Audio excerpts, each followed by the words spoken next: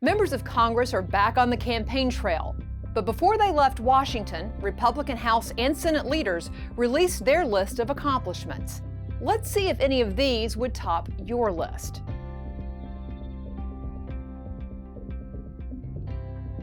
Under the banner of significant bipartisan accomplishments, the Senate Majority Leader's office rattles off a host of legislative measures that may be bipartisan, but most are hardly conservative.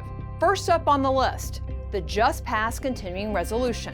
Not only did it do nothing to put the brakes on out-of-control spending, it allocated additional dollars to fight the Zika virus, even though there was plenty of money already strewn across the federal government that could have been used to address it.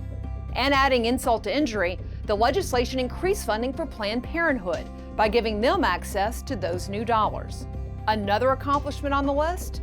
The Water Resources Development Act. Now, while some of this spending is legitimate, if you doubt the amount of pork and earmarks contained in this gem, just check out the statements of individual senators taking credit for bringing home more dollars to their states.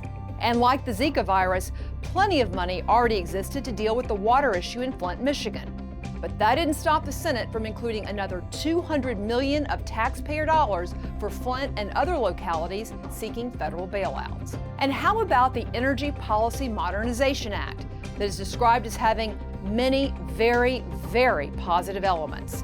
Well, turns out those very positive elements are mostly for special interests looking for government handouts to subsidize their energy projects that can't make it in the free market.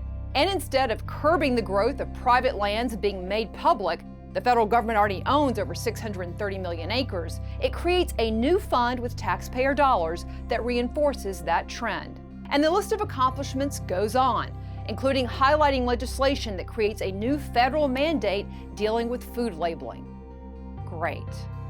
On the other side of the hill, House Speaker Paul Ryan described the past 2 years as, quote, a pretty darn productive period. Topping his list, the first long-term highway bill in 10 years.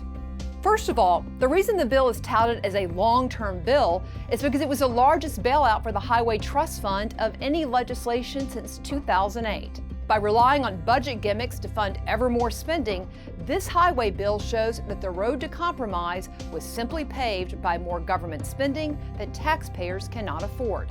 Also listed as an achievement, the first rewrite of our education laws in 15 years. But far from achieving conservative policy priorities such as allowing education dollars to follow the child and empowering states to opt out of federal programs they deem ineffective for their students, the 1,000-plus page bill contains federal intervention in many areas and expands it in others.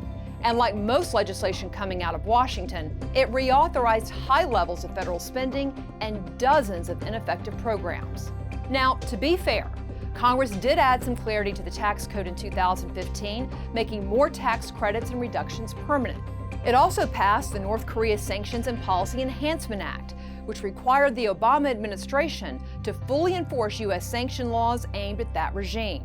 But an honest assessment of the 114th Congress would have to conclude that too much time was spent maintaining the status quo and not enough effort was put towards reducing spending, ending cronyism, pushing back on Obama's executive orders, and many of the other promises made to the voters who gave Republicans their majorities in Congress.